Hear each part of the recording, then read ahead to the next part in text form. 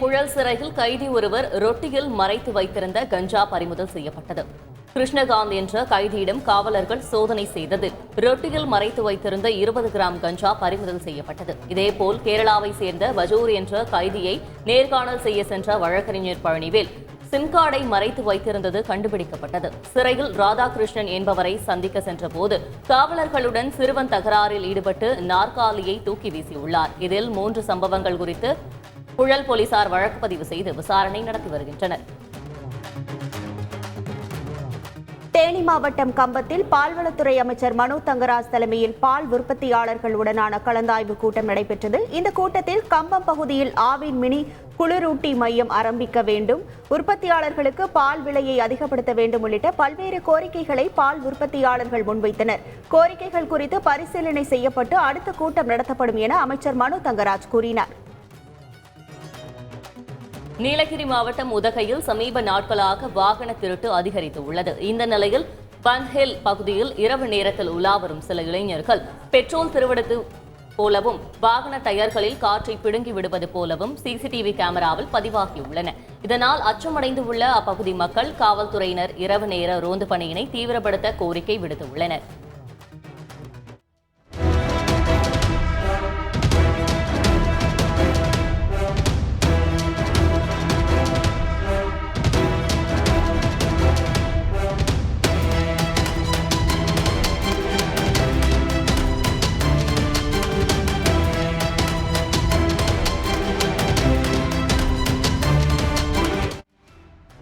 தூத்துக்குடியில் உள்ள அரசு உதவி பெறும் பள்ளியில் முதலமைச்சரின் காலை உணவு விரிவாக்க திட்டத்தை திமுக நாடாளுமன்ற உறுப்பினர் கனிமொழி தொடங்கி வைத்தார்.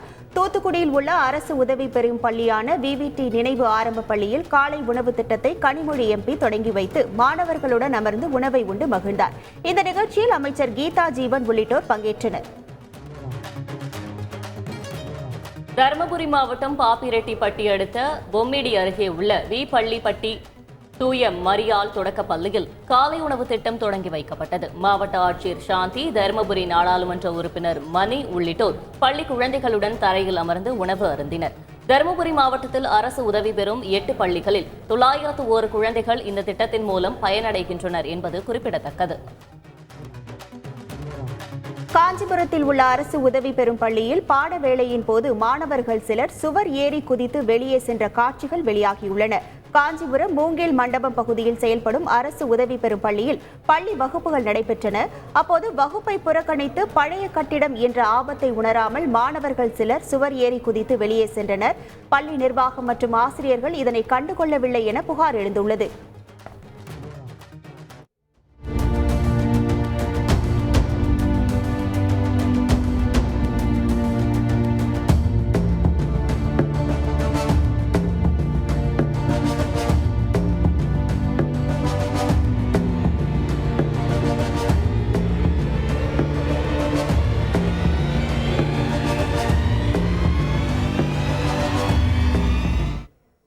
நீலகிரி மலைப்பகுதி மற்றும் வட கேரளாவில் கனமழை பெய்து வருவதால் பவானிசாகர் அணைக்கு நீர்வரத்து அதிகரித்துள்ளது. இதனால் பவானிசாகர் அணையின் நீர்வரத்து 2862 கன அடியிலிருந்து 3623 கன அடியாக உயர்ந்ததால் அணையின் நீர்மட்டம் 70 அடியை எட்டியுள்ளது.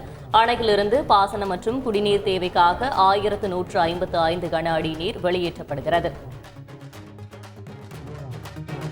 நீலகிரி மாவட்டம் கூடலூர் சுற்றுவட்டார பகுதிகளில் இடைவிடாது கனமழை பெய்தது. பந்தலூர், தேவாலா, நடுவட்டம், சேரம்பாடி, தேவர்சோலை, முதுமலை, நெலாக்கோட்டை உள்ளிட்ட பகுதிகளில் கனமழை பெய்தது. மழையுடன் சேர்த்தும் காற்று வீசியதால் விவசாயிகள் அச்சமடைந்துள்ளனர்.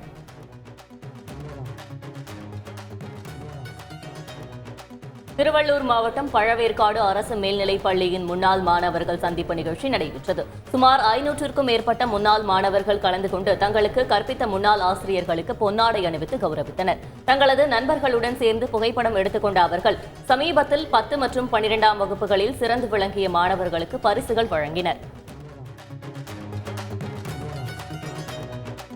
திருச்செந்தூர் சுப்பிரமணிய சுவாமி கோவிலில் ஆனி மாத வருஷாபிஷேகம் இன்று நடைபெற்றது. வருஷாபிஷேக விழாவை முன்னிட்டு அதிகாலை 4 மணிக்கு கோவில் நடை திறக்கப்பட்டது. 4:30 மணிக்கு விஸ்வரூப தரிசனமும் 5 மணிக்கு உதய மார்த்தாண்ட அபிஷேகம் நடைபெற்றன. தொடர்ந்து சிறப்பு அபிஷேகம் நடைபெற்றது.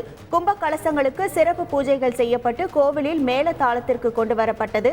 மூலவர் விமான கலசத்திற்கு போர்த்திகளாலும் சண்முகர் விமான கலசத்திற்கு சிவாச்சாரியார்களாலும் புனித நீர் ஊற்றப்பட்ட பின் பக்தர்களுக்கு தெளிக்கப்பட்டது. பின்னர் விமான கலசங்களுக்கு அபிஷேகமும் தீபாராதனையும் நடைபெற்றன. நாமக்கல் மாவட்டம் ராசிபுரத்தில் மின்கம்பம் தீப்பிடித்து எரிந்ததால் பரபரப்பு ஏற்பட்டது. ராசிபுரம் அடுத்த கோனேரிப்பட்டி விநாயகர் கோவில் தெருவில் இருந்த மின்கம்பத்தில் பீஸ் கேரியர் பெட்டி திடீரென தீப்பிடித்தது. தொடர்ந்து அந்த பெட்டி பலத்த சத்தத்துடன் வெடித்து தீப்பிடித்து எரிந்ததால் மக்கள் அச்சமடைந்தனர். உடனடியாக மின்சாரத்தை துண்டித்ததால் பெரும் விபத்து தவிர்க்கப்பட்டது. நெல்லை டவுனில் குடிசை வீடுகள் தீப்பிடித்து எரிந்ததால் பரபரப்பு ஏற்பட்டது. நெல்லை டவுன் சாமியா தைக்கா தெருவில் உள்ள பள்ளிவாசல் மற்றும் குடிசை வீடுகளில் திடீரென தீ விபத்து ஏற்பட்டது. தகவல் அறிந்து வந்த தீயணைப்பு படையினர் தண்ணீரை பீச்சி அடித்து தீயை கட்டுக்குள் கொண்டு வந்தனர்.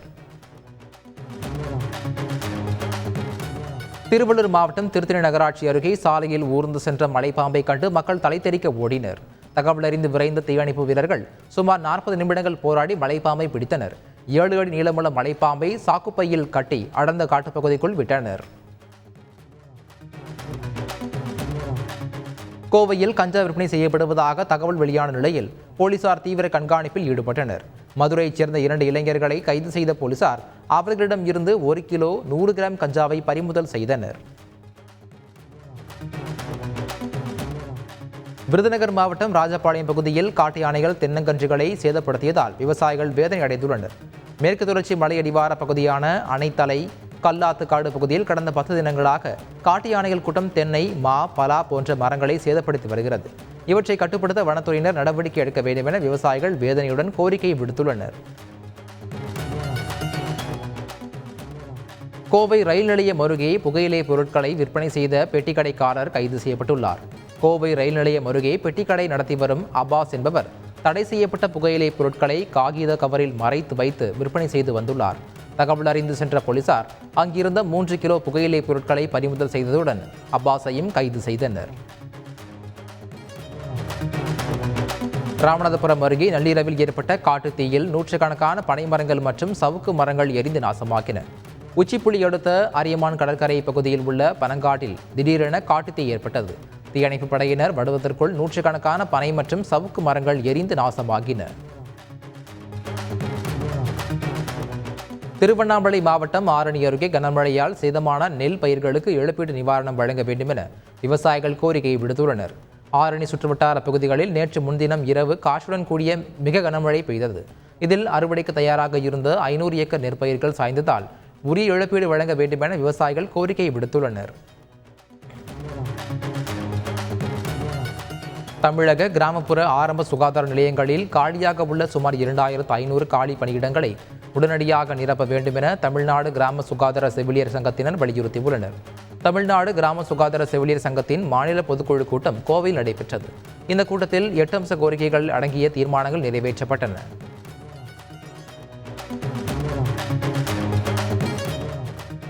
வேடசந்தூரில் சடலத்தின் இறுதி ஊர்வலத்தின் போது பற்ற வைக்கப்பட்ட 5000 பாலா சரவெடியை கையில் அசால்ட்டாக தூக்கி சுற்றிய போதை ஆசாமியால் பரபரப்பு ஏற்பட்டது.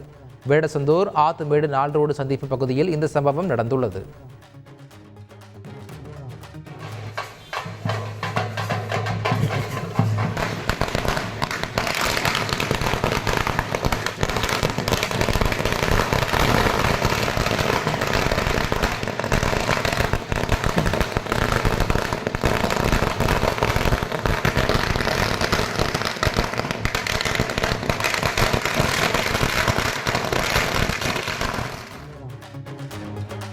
செங்கல்பட்டு மாவட்டம் திருப்போரூர் அடுத்துள்ள கனக்கப்பட்டு திரௌபதி அம்மன் கோயிலில் துரியோதனன் படுகொலை நிகழ்ச்சி கோலாகலமாக நடைபெற்றது.